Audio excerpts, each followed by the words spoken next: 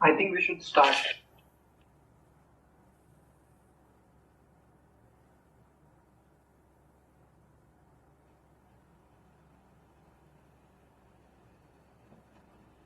Hello, good morning to everyone. I hope I am audible to you.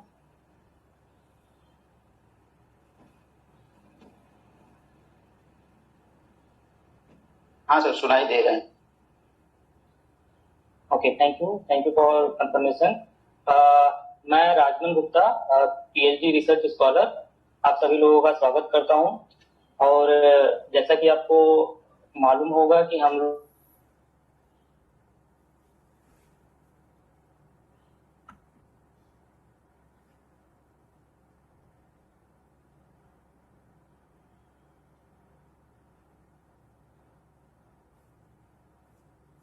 Strategies रहेगा, आपको introduce करेंगे JNU के बारे में, इसके बारे में, और यहाँ पर क्या क्या रिसर्च, किस टाइप के रिसर्च होते हैं, ये सब हम आप लोग को बताएंगे. आई होप कि जो है फर्स्ट पेज आपको दिख रहा होगा, जिसमें हम लोग जो है हमारा आज का क्या टॉपिक रहेगा उसकी रिगार्डिंग जो है हम लोग डिस्कस करेंगे. तो सबसे पहले मैं आप लोगों को इंट्रोड्यूस करवा दूं अपने स्कूल ऑफ एनवायरमेंटल साइंसेज से. उससे पहले आप लोग जेएनयू के बारे में जान लें. आपको पता है जेएनयू जो है एक अपने इंडिया की जो है सबसे 1 या 2 नंबर पे जो हमेशा यूनिवर्सिटीज की टॉप रैंकिंग में रहती है. एक सेंट्रल यूनिवर्सिटी है और जो है बहुत ही रेपुटेड है.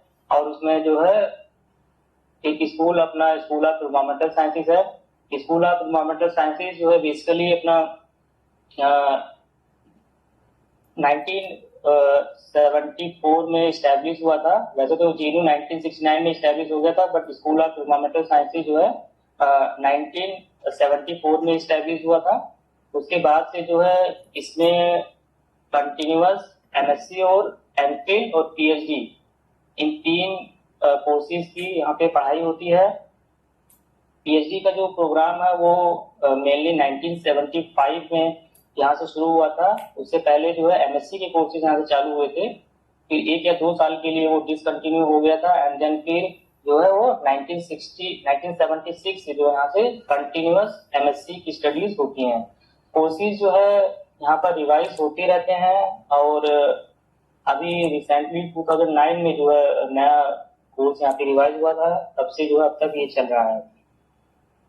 इसमें जो है स्कूल ऑफ एनवायरमेंटल साइंसेज, जैसे कि आपको नाम से पता होगा कि स्कूल ऑफ एनवायरमेंटल साइंसेज एक इंटरडिसिप्लिनरी कोर्सेज के लिए बनाया गया था, जिसमें आपको जितने भी एरिया हैं साइंस के, वहां से कोई भी स्कूल ऑफ एनवायरमेंटल साइंसेज में ज्वाइन कर सकता है. चाहे वो बीएससी किसी में भी हुआ हो, फिजिक्स, केमिस्ट्री, मैथ, या बीटेक हो, इंजीनियरिंग हो, या एमबीबीएस हो, कोई भी साइंस कोर्सेज है जिसके पास बैचलर डिग्री, वो जो है एमएससी के लिए अप्लाई कर सकता है. यहाँ पे कोई भी साइंस का हो. तो ये एक इंटरडिसिप्लिनरी है और साथ में मल्टी डिसिप्लिनरी भी है.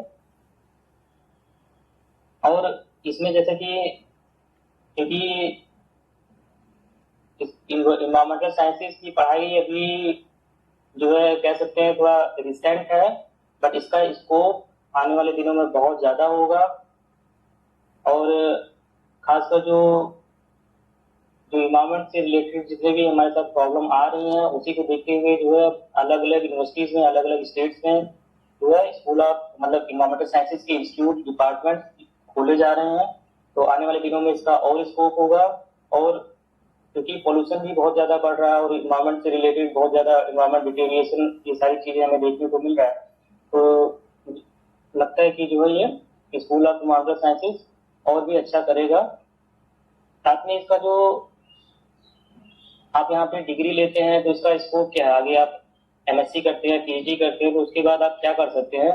तो मैं बता दूं आपको, इसके बाद आप जाकर के डिग्री लेने के बाद आप किसी इंस्टीट्यूट में, यूनिवर्सिटीज में जो आप as a full fledge research scientist बन सकते हैं. आपको प्रोफेसरशिप मिल सकती है. साथ में साथ आप जो है किसी भी EIA, इन्वायरमेंट इम्पैक्ट असेसमेंट, जो हर कंपनी का होता है, किसी भी इंडस्ट्रियल यूनिट का, उसमें आप एज ए EIA एक्सपर्ट लग सकते हैं। तो ये सारे स्कोप है कुछ। और इसमें आपको ये भी बता दूं कि JNU जो पहला इंडिया का पहला इंस्टीट्यूट था, यूनिवर्सिटी थी, जिसमें जो है एनवायरमेंट साइंस की पढ़ाई स्टार्ट हुई थी। मतलब कह सकते हैं कि एनवायरमेंट की जो स्टडीज है वो सबसे पहले JNU ने चालू किया, उसके बाद जो है अलग अलग इंस्टीट्यूट में, यूनिवर्सिटीज में फिर चालू हुआ है। तो हमारे यहाँ पे स्कूल ऑफ एनवायरमेंटल साइंसेज में की सुविधा के हिसाब से जो है अलग अलग रिसर्च एरिया डिवाइड किए गए हैं, जिसमें कि स्कूल ऑफ एनवायरमेंटल साइंस में 4 एरिया है basically: research area 1, research area 2, research area 3, research area 4। इन सबको अपनी सुविधा के हिसाब से अलग अलग रिसर्च टॉपिक कह सकते हैं, उसके हिसाब से चारों एरिया में डिवाइड किया गया है। रिसर्च एरिया 1 में बेसिकली जो है फिजिक्स और मैथमेटिकल मॉडल्स ये सब हम रखते हैं। इसमें कि हम मॉडलिंग से रिलेटेड काम होता है इसमें। फॉर एग्जांपल जैसे क्लाइमेट मॉडलिंग हो गया, या इकोसिस्टम मॉडलिंग हो गया, या एयर पोल्यूशन का मॉडलिंग हो गया। सब फिजिक्स या मैथमेटिक्स बैकग्राउंड के जो लोग हैं वो इस एरिया में ज्वाइन कर सकते हैं। जिनका मतलब मैथमेटिक्स में थोड़ा स्टैटिस्टिक में इंटरेस्ट हो, आगे मॉडलिंग में काम करना चाहते हैं, वो रिसर्च एरिया 1 उनके लिए अच्छा है। जिसमें कि जो है एस्ट्रोफिजिकल प्लाज्मा, इससे भी जो है मॉडलिंग होती है। मॉडलिंग किसी का भी हो सकता है, बट इसमें जो रिलेटेड है वो जैसे फॉर एग्जांपल आपका सॉफ्ट है या नॉक्स है, या एटमॉस्फेरिक ब्राउन क्लाउड्स है, उसकी मॉडलिंग हो सकती है। क्लाइमेट से रिलेटेड मॉडलिंग हो गई, या जनरल सर्कुलेशन मॉडल्स जो होते हैं हमारे पास, जिसमें हम क्लाइमेट को प्रिडिक्ट करते हैं, वो इसमें होता है। और एटमॉस्फेयर से रिलेटेड मॉडलिंग, ये सारी चीजें रिसर्च एरिया 1 में होता है। बहुत अच्छा एरिया है रिसर्च एरिया 1, और इसमें बहुत रेप्यूटेड साइंटिस्ट भी हैं या प्रोफेसर हमारे साथ हैं। For example AP Dimri sir, उनका भी बहुत नाम है इंटरनेशनल लेवल पे भी और नेशनल लेवल पे भी। क्लाइमेट में उनका बहुत ज्यादा काम रहता है। तो ये रिसर्च एरिया 1 था। रिसर्च एरिया 2 में बेसिकली अर्थ साइंसेज से रिलेटेड होता है। अर्थ साइंसेज में जियोलॉजी बेसिकली इसमें है, जियोलॉजी है, इसमें रिमोट सेंसिंग होती है, और जो है वाटर कहीं आपको इको हाइड्रोलॉजिकल रिमोट सेंसिंग से आपको कहीं पता करना है कि जो है यहाँ पे वाटर की अवेलेबिलिटी है या नहीं है, या फिर वो पानी ग्राउंड वाटर जो है वो पोर्टेबल है या नहीं है, उससे रिलेटेड इसमें काम होता है, कैसी है, इससे रिलेटेड रिसर्च होता है। साथ ही साथ इसमें रिमोट सेंसिंग की हेल्प से इसमें काम होता है। एरिया वाइज लीफ का डिस्ट्रीब्यूशन होता है, तो किसी साल किसी एरिया में कम सीट होते हैं, किसी साल किसी एरिया में ज़्यादा सीट होते हैं। इस बार एरिया 1 में जो एक ही सीट दी गई है एंट्रेंस के थ्रू, और जो है JRF के थ्रू इसमें 7 सीट हैं PhD के लिए। और उसी तरह से जो है एरिया 2 में इस बार JNU एंट्रेंस के थ्रू कोई भी सीट नहीं दी गई है। एरिया 3 में भी JNU एंट्रेंस के थ्रू कोई भी सीट नहीं दी गई है। JRF की कैटेगरी में जो है एरिया 2 में 6 सीट्स हैं, एरिया 3 में 5 सीट्स हैं, और JNU एंट्रेंस के थ्रू एरिया 4 में इस बार 3 सीट्स हैं। तो जो लोग बायोलॉजी में इंटरेस्टेड हैं, बायोलॉजिकल आस्पेक्ट, इकोलॉजी, इन सब के लिए अच्छा अपॉर्चुनिटी है कि वो जो है JNU में ज्वाइन कर सकते हैं। 3 सीट्स हैं JNU एंट्रेंस के थ्रू, और जो है PhD में जो है नेट JRF के थ्रू 2 सीट्स हैं एरिया 4 में। आगे तो ये था हमारे कोर्स के बारे में, MSc में कैसे होता है, PhD में कैसे होता है, थोड़ा बहुत आपको आइडिया लगेगा। आगे हम लोग ये लेक्चर चालू रखेंगे, मतलब आने वाले दिनों में, जिसमें अलग अलग टॉपिक पे आप लोगों को बताया जाएगा कि हमारी क्या एक्सपर्टीज़ है, कि आप लोग क्या अच्छा करें, टॉपिक्स मिलेंगे जिससे आप एंट्रेंस क्रैक कर सकते हैं बहुत ईजीली। क्योंकि हम लोग ऑलरेडी यहाँ पर पहुँच गए, हम लोग उस सिस्टम से गुजर चुके हैं, तो थोड़ा हमें बेटर आइडिया है कि क्या क्या पढ़ना है स्पेसिफिकली, और जो है जो हमने अपने टाइम में गलतियाँ की थी उससे आपको बता सकें कि आपको वो गलतियाँ ना करें, ताकि आपके लिए JNU में आने का रास्ता आसान हो जाए। उसके बाद जो है यहाँ पर जब आप पढ़ाई करते हैं, आप आते हैं, तो आपके हम सबके मन में रहता है कि कोई फाइनेंशियल असिस्टेंस है या नहीं है। तो मैं आपको बता दूं, जब आप लोग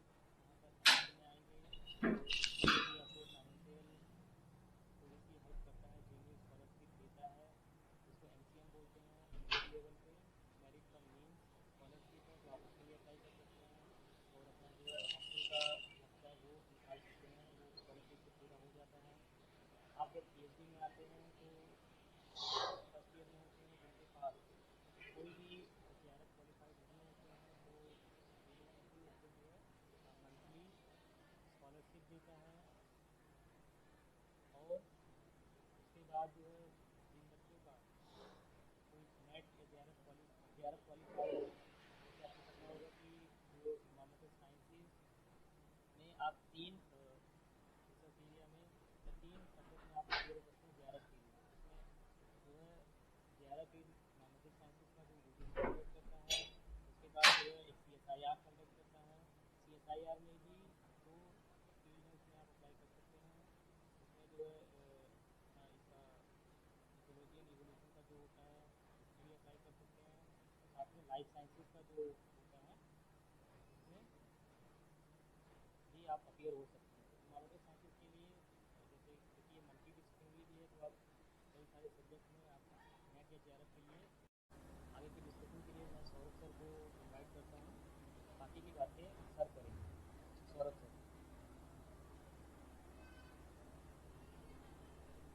बहुत बहुत धन्यवाद राजमन। मेरा नाम सौरभ है और मैं सेगमेंट जियो केमिस्ट्री मास्टर पे काम कर रहा हूँ और मैं PhD फाइनल ईयर का स्टूडेंट हूँ।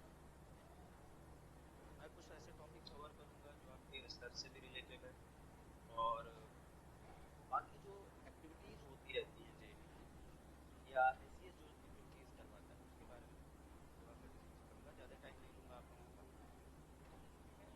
रिसर्च फैसिलिटीज़ क्या क्या अवेलेबल है? रिसर्च फैसिलिटीज़ SCS में कई सारे लेवल्स पे अवेलेबल है। सबसे पहला जो MSc स्टूडेंट को रिसर्च फैसिलिटी अवेलेबल कराया जाता है वो है MSc लैब। MSc की अपनी अच्छी खासी इक्विप्ड लैब है जहाँ पे काफ़ी सारे इंस्ट्रूमेंट आपको मिल जाएंगे। तो इनिशियल इंस्ट्रूमेंट हैंडलिंग वहाँ से स्टार्ट हो जाता है MSc में। इसके अलावा MSc स्टूडेंट्स जब अपना लैब वर्क करते हैं फर्स्ट ईयर में, सेकेंड हाफ में जो उनका लैब वर्क होता है, वो सारे जितने भी लैब्स हैं यहाँ पे टीचर्स की जो लैब्स हैं उन लैब्स में भी जाते हैं। वहाँ पे जो इंस्ट्रूमेंट होते हैं उनके बारे में वो जानकारी इकट्ठा करते हैं और उनको यूज़ करने का तरीका सीखते हैं। इसके अलावा MSc लैब के बाद दूसरी चीज़ आती है CIF। CIF हमारे यहाँ एक सिंपल इंस्ट्रूमेंटेशन फैसिलिटी नाम से एक सेक्शन है जहाँ पे कि सारे ही इंस्ट्रूमेंट जो भी आपके लिए रिसर्च के लिए नीडेड इंस्ट्रूमेंट हैं सारे एरियाज़ के लिए, एरिया 1, एरिया 2, एरिया 3, एरिया 4, सारे एरियाज़ के लिए वहाँ के नीडेड इंस्ट्रूमेंट्स जो हैं वो आपके CIF में मौजूद हैं। ठीक है, इसमें XRF है, XRD है, ICP है, इसके अलावा गैस क्रोमेटोग्राफी है, कई सारे तरह के स्पेक्ट्रोफोटोमीटर है, और ये इंस्ट्रूमेंट आपको पहले MSc में तो सिखाए जाएंगे, लेकिन जैसे ही आप PhD में अगर एंटर होते हैं या जो PhD के स्टूडेंट्स हैं यहाँ पे एडमिशन लेते हैं उनको इन इंस्ट्रूमेंट को डायरेक्टली यूज़ करने का मौका भी मिलता है। तो एक इंस्ट्रूमेंटल एक्सपर्टीज भी आपका बनता है। ठीक है, एक अलग से स्किल आपकी डेवलप होती है। इसके अलावा जो थर्ड लेवल जो है रिसर्च फैसिलिटी का वो JNU मुहैया कराता है एडवांस इंस्ट्रूमेंटेशन फैसिलिटी के नाम पे, AIRF नाम से यहाँ पे बाकी सारे डिपार्टमेंट्स बचे ही हैं। AIRF करके डिपार्टमेंट है जो कि सारी की सारी इंस्ट्रूमेंटेशन फैसिलिटी अवेलेबल कराता है, और वो यहाँ के ही स्टूडेंट्स को नहीं अवेलेबल कराता, वो बाहर के स्टूडेंट्स को भी अवेलेबल कराता है।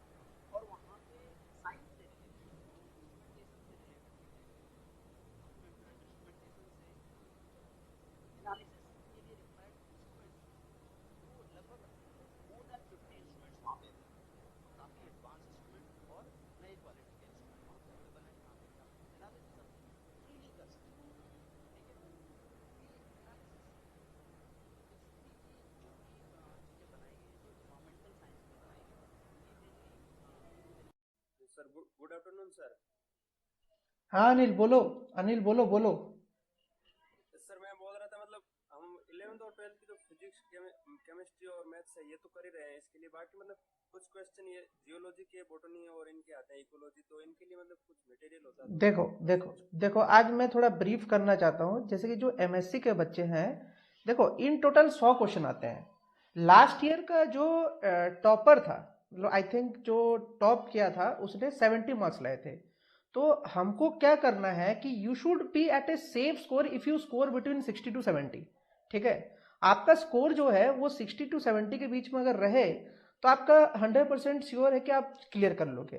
तीसरी बात है ये है कि सपोज करो कि आपका फिजिक्स जो है वो कम से कम 10 मार्क्स 10 क्वेश्चन आएंगे, वहां से मैथ्स के 10 क्वेश्चन आते हैं, बायोलॉजी के आपके ज्यादा क्वेश्चन आते हैं, मतलब आई मीन कि बायोलॉजी से ज्यादा नहीं हो कि वो बायोकेमिस्ट्री आता है as compare to biology, that is coming bio geo chemistry ज्यादा। ठीक है, तो आप उसमें से 15 क्वेश्चन लगा लेते हो। तो आप क्या करो कि जैसे कि जिसका मैथ स्ट्रॉन्ग है ओ ही और she should focus in the maths portion की वो पहले उतने क्वेश्चंस कर ले एग्जाम में। नेक्स्ट टाइम में क्या करे कि फिजिक्स के बारे में आगे करे, फिर क्या करे कि फिर वो जो बायोजियो केमिस्ट्री का पोर्शन है उसको फिनिश करे। अब आप बात कर रहे हो कि आपको जियोलॉजी में दिक्कत है, ठीक है, तो हमारे जो आने वाले क्लासेस हैं, ठीक है, उनमें हम आपको उतना चीज बता देंगे जो कि अभी तक प्रीवियस ईयर के क्वेश्चंस में आ रखा है, और आपको किस तरीके से उसको अप्रोच करना है आगे ये भी आपको वहां पे हम डिस्कस करेंगे। तो आपको उसके लिए वरीड होने की जरूरत नहीं है। ठीक है, आप अभी जब क्लासेस स्टार्ट होंगे ना आपको धीरे धीरे सारी चीजें समझ में आएंगी कि मतलब किस तरीके से क्वेश्चन को अटेम्प्ट करना है और क्या आपकी स्ट्रेटेजी होनी चाहिए कि आप कैसे मूव फॉरवर्ड होंगे। ठीक है, ये आपकी जो क्लैरिटी है ना वो क्लैरिटी आने वाले क्लासेस में डेवलप होगी। फिलहाल के लिए जैसे राजमन जी ने बोला कि आपका जो फिजिक्स केमिस्ट्री जो मैथ्स के जो बेसिक्स हैं वो कम से कम आप थोड़ा तैयारी करते रहो अभी फिलहाल। ठीक है,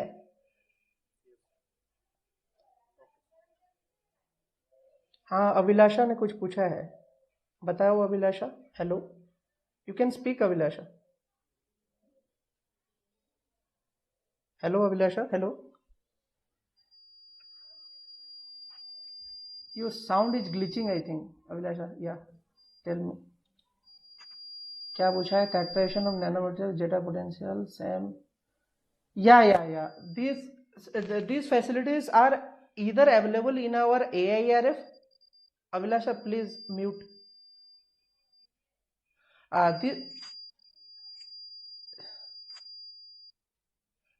These facilities are available either in our AIRF system as Saurabh sir has told, or it is present in our ACS lab, or you can contact nearby institute also for doing these kind of things. If you are coming to JNU, you will get all these facility for your research purpose. So don't worry about these things. That characterization of nanomaterial, you can do it because there is a department of nanoscience also in our JNU. So these facilities are there. So you can do that. Don't worry.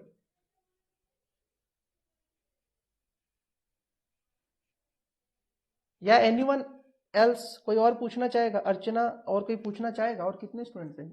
आप पूछ सकते हो, कोई भी अगर आपके doubts है तो आप पूछ सकते हो।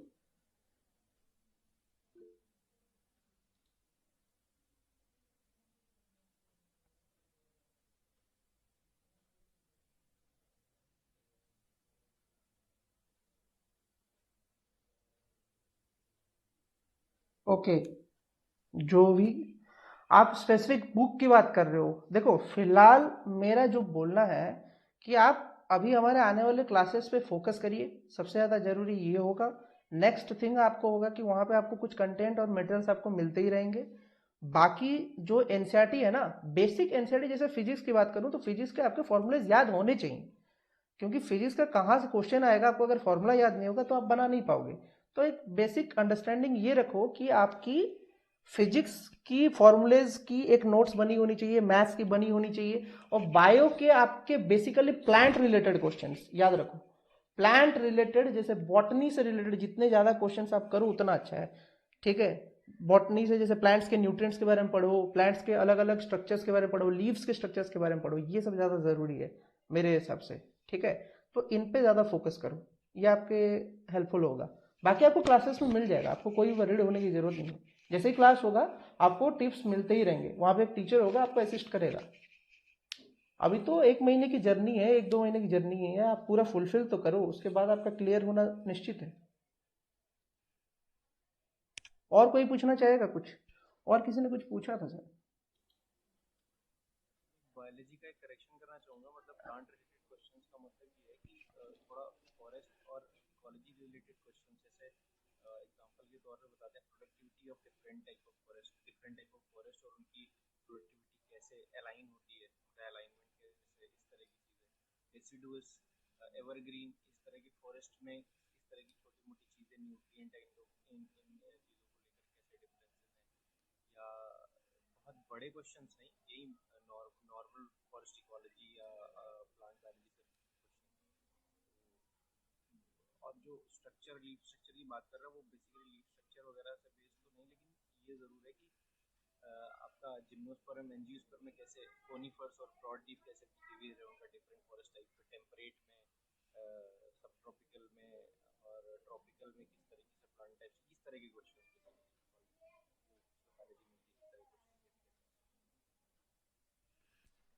धन्यवाद अंबू जी, धन्यवाद।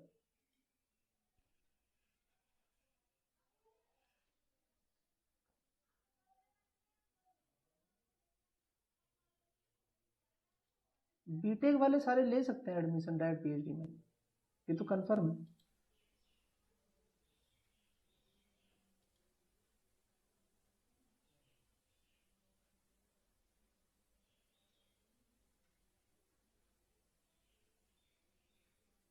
जल्दी क्वेश्चंस खत्म मत कर दो यार, पूछते रहो, और भी जितने भी हार्ड क्वेश्चंस पूछ सकते हो, कल्याण सर सबका जवाब देंगे। सर मैं पूछ रहा था मतलब फॉर्म कब तक स्टार्ट होंगे सर इसके, अभी एग्जाम कब तक होने की पॉसिबिलिटी है? देखो एक्सपेक्टेड प्रोबेबिलिटी सितंबर से पहले ही होगा एग्जाम, इतना तो श्योर है, या तो सितंबर के मंथ में होगा, क्योंकि सेमेस्टर इनको लास्ट ईयर की तरह अक्टूबर से स्टार्ट करना ही होगा, क्योंकि उससे ज़्यादा डिले करेंगे तो पूरा सेशन ही डिले हो जाता है। तो एक्सपेक्टेड सितंबर अक्टूबर के बीच में एग्जाम होने के चांसेस है।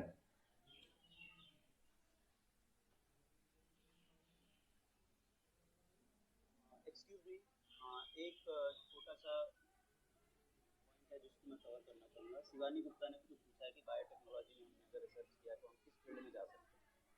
ठीक है, हम पीएचडी में एडमिशन ले सकते हैं, पीएचडी में आप एडमिशन ले सकते हो, इसमें मोस्टली जैसा कि आपका नाम देख के लग रहा है कि बायोटेक्नोलॉजी, तो एरिया 4 आपके लिए सूटेबल होगा, हर एक चीज़ चॉइस रहेगा। लेकिन अगर आप बायोटेक्नोलॉजी में कुछ कार्बन सिक्वेस्ट्रेशन टाइप की चीज़ें की, तो इसके लिए आप एरिया 3 और एरिया 2 में भी जा सकते हैं। ठीक है, तो ये आपके काम पे डिपेंड करेगा कि आपने डिसर्टेशन जो फाइनल ईयर में आप राइटअप सबमिट करते हो जिसके बेसिस पे आपको डिग्री मिलती है, वो काम आपने किस चीज़ पे किया। जैसे आपने नैनो मटेरियल पे किया हुआ है तो नैनो मटेरियल के लिए भी लोग अवेलेबल हैं यहाँ पे, एरिया 4 में भी हैं, दूसरे एरियाज में भी। ठीक है, तो सब लोग ध्यान से सुनिए कि आपका जो डिसर्टेशन जिसमें आपने एक छोटी सी एक्सपर्टीज ले ली है, वो प्रोबेबल एक्सपर्टीज आपका होगा यहाँ एडमिशन लेने के लिए, और आप उसी टीचर को चूज कीजिए। ऐसा नहीं कि आपने बायोलॉजी में काम किया हुआ है और आपने किसी फिजियोकेमिस्ट्री वाले टीचर को चूज कर लिया, तो मोस्ट प्रोबेबली जो है वो आपके चांसेस कम है। तो जब आपको इंटरव्यू वगैरह देंगे या एरिया ऑप्ट करते समय इस बात को करते हैं।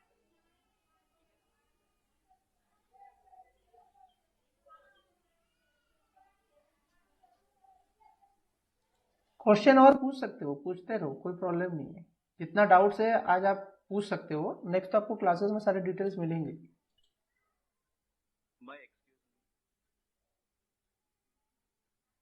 क्या टेल? भाई नमस्ते, मैं एचयू से बात कर रहा हूँ। हाँ नमस्ते नमस्ते नमस्ते।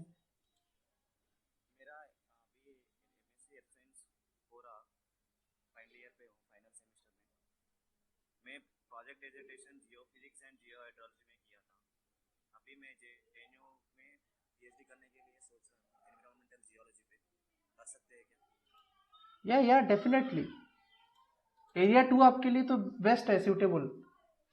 एरिया 2 में भाई मैं तो प्रोजेक्ट डिसर्टेशन जियोफिजिक्स एंड जियोहाइड्रोलॉजी में किया था। तो हाइड्रोलॉजी के यहाँ प्रोफेसर्स तो है ना जो ग्राउंड वाटर हाइड्रोलॉजी पे काम करते हैं। You can apply. N Janardhan Raju is there, he is working in ground water hydrology only. AL Ramanathan is also working in groundwater hydrology. You can also work with them. 2 professors are there. You can work with them.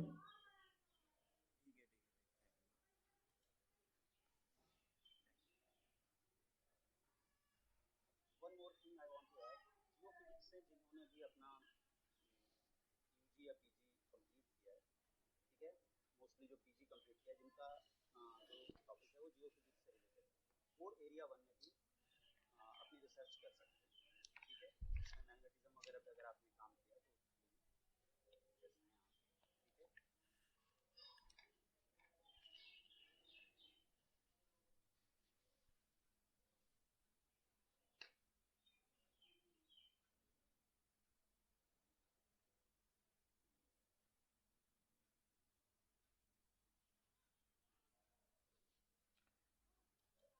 पूछिए पूछिए, question पूछिए, आपको जो भी पूछना है। और किसी का कोई डाउट है तो हम क्लियर कर देते हैं।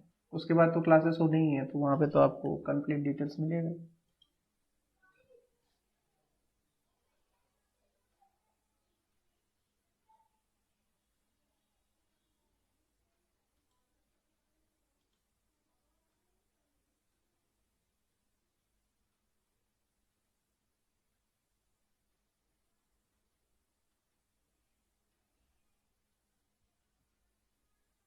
कोई और है जो अलग अलग एरियाज से हो?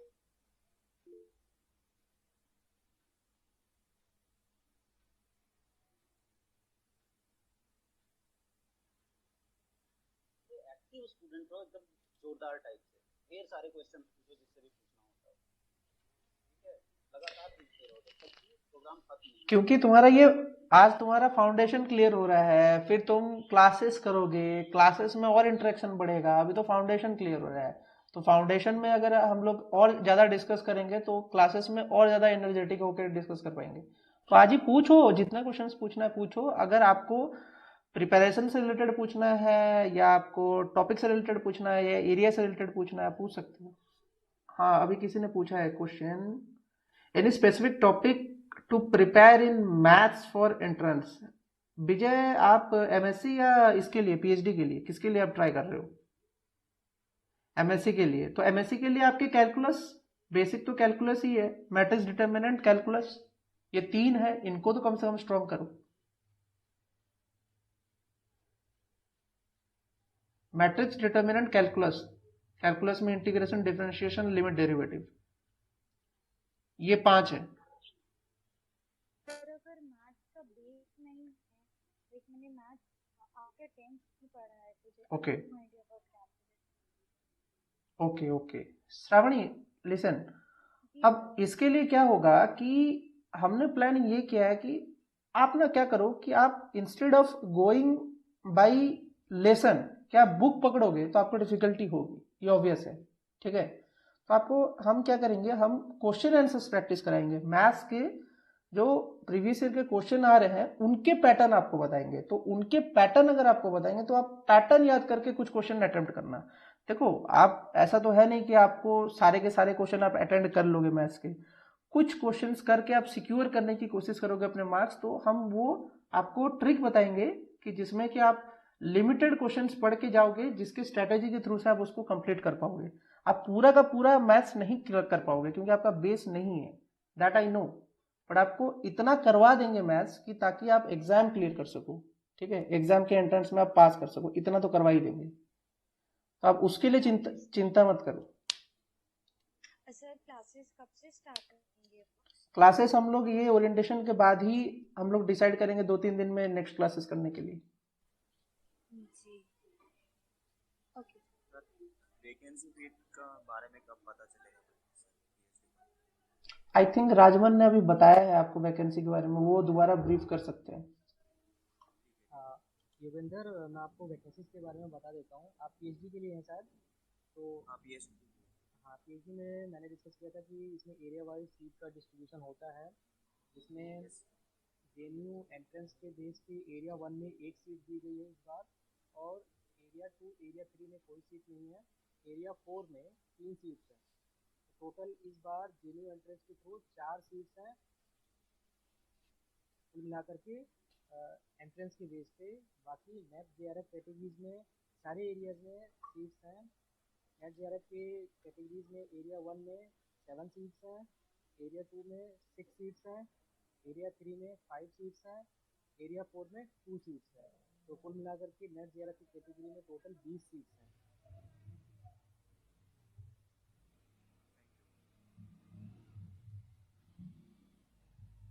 आप लोगों में से और भी पूछ सकते हैं क्वेश्चन किसी से भी रिलेटेड, गेमिंग के अदर एस्पेक्ट के बारे में अभी आप डिस्कस कर सकते हैं, अपने सिलेबस, एग्ज़ाम, एंट्रेंस या कोई और क्वेरी है हॉस्टल से रिलेटेड, ये सब चीज़ें आप पूछ सकते हैं कोई भी।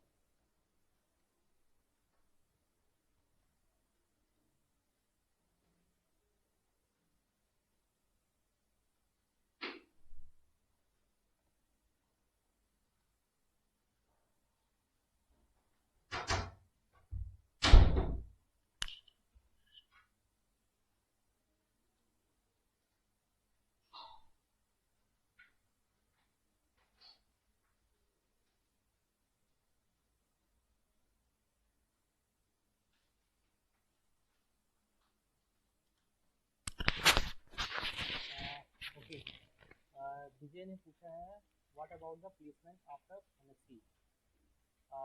मुझे मैं बताता हूँ, जैसे आपको पता होगा एमएससी की जो अभी वैसे तो इसको बहुत ज़्यादा है, बट अभी इतनी ज़्यादा भी नहीं है कि हम लोग इतनी इजली कहीं सेटल हो जाए। बट आप लोग जो है एमएससी करने के बाद EIA फॉर्म में आप लग सकते हैं, किसी एनजीओ में लग सकते हैं। आप जो है एमएससी के बेस पे आप साइंटिस्ट की पोस्ट के लिए अप्लाई कर सकते हैं। और बाकी जेनी से एज सच प्लेसमेंट होती है, बट स्पेसिफिकली इन्वायरमेंट साइंस से कम ही होती है। बट आप बाकी फील्ड में एक्सप्लोर कर सकते हैं, वहाँ पे आपको प्लेसमेंट मिल जाएगी। रूपिन ने पूछा है कि 1 मंथ की तैयारी सफिशिएंट है एमएससी के लिए। 1 मंथ ही बहुत है, बट आप जो है स्पेसिफिक पढ़ेंगे तो जो हम लोग आपको गाइड करेंगे कि आपको पढ़ेंगे, वैसे आपको जो अच्छा लगता है वो आप पढ़ेंगे, बट क्या स्पेसिफिक रहेगा और वो हम आपको बताएंगे, वो पढ़िएगा आप लोग।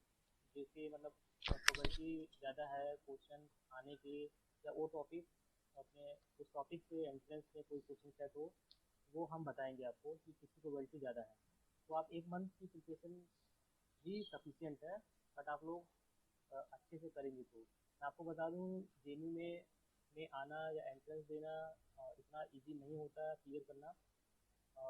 थोड़ा सा आपको सिंसियर होना पड़ेगा, अच्छे से पढ़ोगे स्ट्रेटजी के साथ तो क्लियर हो पाएगा। अदरवाइज जेनयू का एंट्रेंस थोड़ा सा उसका एक लेवल है, तो आपको मेहनत करनी ही पड़ेगी। मैं एक एक का क्वेश्चन ले रहा हूँ।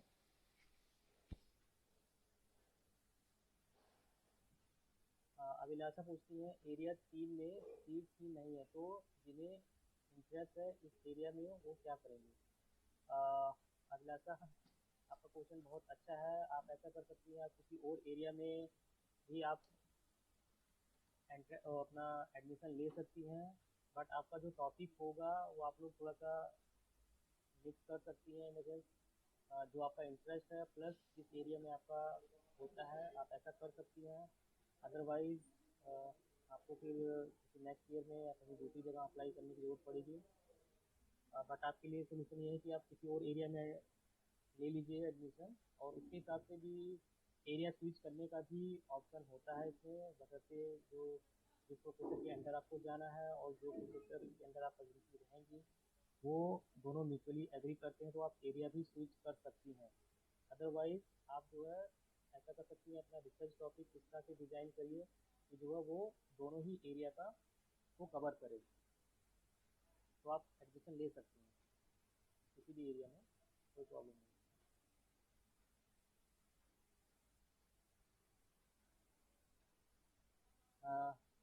Rufus, do the MSc students get a single room in the hostel? Rufus, MSc के लिए या मास्टर लेवल की कोर्सेज के लिए सिंगल सीटर अलॉट नहीं होता है हॉस्टल में, डबल सीटर में ही रहना पड़ेगा। सिंगल सीटर का provision senior student PhD student के लिए होता है, वो 2 साल के बाद, यानी कि 3rd ईयर की जो PhD स्टूडेंट है उनको सिंगल सीटर अलॉट होता है। उससे नीचे BA मतलब जो बैचलर कोर्सेज है या फिर जो मास्टर कोर्सेज है उनके लिए सिंगल सीटर का प्रोविज़न नहीं है, तो आपको डबल सीटर मिलेगा। बट डोंट वरी, रूम्स अच्छे हैं, जेनयू के हॉस्टल की फैसिलिटीज अच्छी हैं, तो डबल सीटर में भी कोई प्रॉब्लम नहीं आती है रहने में। Abhilasha, sir can you brief about JNU hostel like for student outside Delhi. Abhilasha, क्योंकि JNU जो है फुली रेजिडेंशियल यूनिवर्सिटी है, यहाँ पे ऑलमोस्ट 95% से ऊपर जितने भी मतलब 95% स्टूडेंट को हॉस्टल अलॉट हो जाता है यहाँ पर। उसके लिए भी प्रायोरिटी सेट की गई है। प्रायोरिटी 1 में जो आते हैं वो डिपेंड करता है कि आपका जो है कैटेगरी, किसी कैटेगरी में आपका एडमिशन हुआ है या आप जो है आपके स्टडी में कोई ब्रेक हुई है, उसके हिसाब से जो है क्राइटेरिया या प्रायोरिटी सेट की गई है। मैक्सिमम प्रायोरिटी इसमें 11 रखी गई है। तो जिन बच्चों की प्रायोरिटी 11 होती है वो अलग अलग पॉइंट, जो आपका एडमिशन होगा तो उसमें आपको प्रायोरिटी वाइज किस किस को कितनी प्रायोरिटी मिली है वो बात की बात है, उसमें प्रायोरिटी सेट होती है। तो प्रायोरिटी वाइज यहाँ पर एडमिशन मिलता है। जिनका प्रायोरिटी 11 होता है उनको अलॉट हो जाता है। और उसमें भी जो बट जिनका प्रायोरिटी में नहीं आता उनको भी हॉस्टल मिलता है। उनको फुल प्लेस हॉस्टल रूम नहीं मिलता है, उनको डॉर्मेट्री अलॉट कर दी जाती है। तो वो डॉर्मेट्री में रहते हैं जब तक कि उनको जो है रूम्स अलॉट नहीं हो जाते हैं। डॉर्मेट्री में भी जो है अच्छी व्यवस्था रहती है, मेस फैसिलिटी रहती है, कॉमन मेस फैसिलिटी रहेगी जो नॉर्मल रूम वालों को अलॉट होती है। तो यहाँ पर आप चाहें तो आप जिस समय एडमिशन होता है आपका उस समय भी आपको डॉर्मेट्री आप ले सकते हैं इनकेस अगर हॉस्टल अलॉट नहीं होता है। वैसे तो मोस्टली को जो है फर्स्ट प्रायोरिटी या सेकंड प्रायोरिटी में तुरंत हॉस्टल अलॉट हो जाता है। बाकी यहाँ पे हॉस्टल जो है 22-23 हॉस्टल हैं, कुछ क्वाइड हॉस्टल्स भी हैं, मेरिट रिसर्च स्कॉलर्स के लिए हॉस्टल है, PhD रिसर्च स्कॉलर के लिए, सीनियर PhD स्कॉलर्स के लिए अलग हॉस्टल है। और बाकी कुछ हॉस्टल क्वाइड है, एक दिन गर्ल्स के लिए एक दिन बॉयज़ के लिए, बट मैथ्स कॉमन है। इस तरह के भी कई सारे हॉस्टल हैं। तो आप हॉस्टल एडमिशन के समय अलॉट करवा सकते हैं। और जो फॉरेन स्टूडेंट होते हैं जिनको फॉरेन कोटा से एडमिशन मिलता है उनको तुरंत हॉस्टल मिलता है। तो हॉस्टल बहुत अच्छे हैं यहाँ पर, भी रेजिडेंशियल यूनिवर्सिटी है और अलग अलग इसकी लिस्ट निकलती है तो धीरे धीरे सबको हॉस्टल मिल ही जाता है।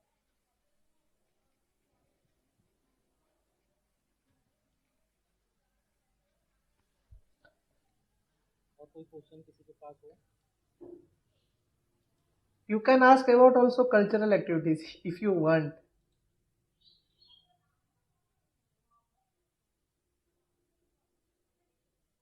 यहाँ पर आप लोग स्पोर्ट्स से रिलेटेड कुछ पूछना चाहें, योगा है, अदर एक्स्ट्रा करिकुलर एक्टिविटीज सबसे रिलेटेड है तो वो आप भी पूछ सकते हैं, कोई भी क्वेरी हो। सर ओरेटरी से रिलेटेड सर किससे? ओरेटरी डिबेट हाँ, डिबेट्स यहाँ पर होते हैं, कॉम्पिटिशन होते रहते हैं डिबेट के किसी टॉपिक पे, तो ये भी होता है अलग अलग उसमें। हम लोग अर्थ डे पे बहुत सारे प्रोग्राम कराते हैं, उसमें डिबेट्स भी एक है पार्ट जो हम करवाते हैं, तो वहाँ पे भी तुमको प्राइजेस लेने के मौके मिलेंगे जब डिबेट्स होगा। हाँ, युगेंद्र पूछते हैं सर नॉन नेट फेलोशिप के बारे में बोलो। हाँ, नॉन नेट फेलोशिप के बारे में मैंने पहले डिस्कस किया था कि जब आपका एडमिशन होता है यहाँ पर PhD में, तो जिनके पास JRF नहीं होता है उनको नॉन नेट मिलता है। नॉन नेट जब आप कोर्स वर्क में रहते हैं, कोर्स वर्क में यानी कि 1 साल का आपका जो कोर्स वर्क रहता है तो उसमें आपको 5000 पर मंथ JNU प्रोवाइड करता है। और सेकेंड ईयर तक जो है आपको जो है 5000 मिलता है। लेकिन जब आप PhD में आ जाते हैं और आपके पास अभी JRF अगर क्वालिफाई नहीं हुआ है तो वो जो नॉन नेट की अमाउंट है वो 8000 रुपीज़ हो जाती है पर मंथ। तो ये 8000 रुपीज़ की PhD वालों को मिलता है।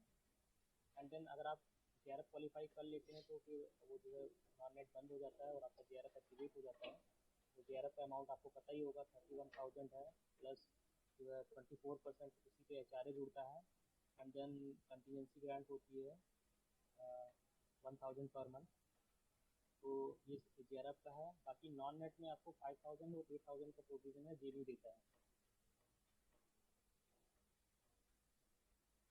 Any club for north east student, Akanksha yes, north east student के लिए अलग फॉरम है JNU में, उनका भी अपना एक यूनियन है, वहाँ पे आप ज्वाइन कर सकते हैं। इवन हमारे यहाँ पे जो है JNU में ये स्पेशल सेंटर खोला गया है नॉर्थ ईस्ट स्टडी के लिए, नॉर्थ ईस्ट के लिए। वहाँ पे स्पेसिफिकली जो है नॉर्थ ईस्ट उससे रिलेटेड नॉर्थ ईस्ट रीजन से रिलेटेड पढ़ाई होती है। एक फुल फ्लेज डिस्कशन सेंटर खोला गया है जेएनयू में। तो yes, there is a club, there is association for north east student too. Akanksha, yes sir, क्या जेएनयू डिफरेंट एग्जाम कंडक्ट करता है? JNU CET for MSc. हाँ, इस आस्पेक्ट पे हम लोगों का ध्यान नहीं गया। मैं बता दूं आपको, हमारे यहाँ पे जैसे स्कूल ऑफ इन्वायरमेंटल साइंसेज है, स्कूल ऑफ लाइफ साइंसेज है, और भी बाकी सारे स्कूल्स हैं, वैसे ही स्कूल ऑफ बायोटेक्नोलॉजी भी है यहाँ पर। फुल फ्लेज बहुत अच्छा रिसर्च होता है बायोटेक्नोलॉजी के लिए। तो जो बच्चे डेडिकेटेड हैं बायोटेक्नोलॉजी में ही रिसर्च करना है, उनके लिए अलग स्कूल है। तो वहाँ पे भी आप लोग अप्लाई कर सकते हैं। यस, उनके लिए एक अलग एंट्रेंस होता है, कॉमन एंट्रेंस जेएनयू करवाता है। इंडिया में जितने भी बायोटेक्नोलॉजी के रिलेटेड जो इंस्टीट्यूट्स हैं, वो उनके बिहाफ पे जेएनयू एंट्रेंस करवाता है बायोटेक्नोलॉजी के लिए अलग से, in addition to JNU EE. तो यस, आप उसमें भी अप्लाई कर सकते हैं। अगर बायोटेक्नोलॉजी से रिलेटेड आपको एमएससी करनी है, पीएचडी करनी है, तो आप उसमें भी अप्लाई कर सकते हैं।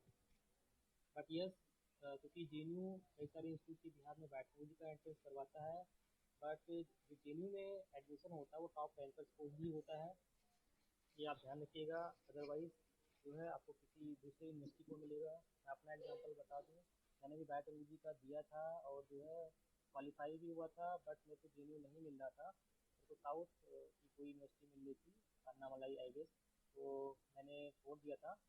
बाकी यस, जो टॉप रैंकर्स होते हैं बायोटेक्नोलॉजी के, उनको ही जेएनयू में मिलता है।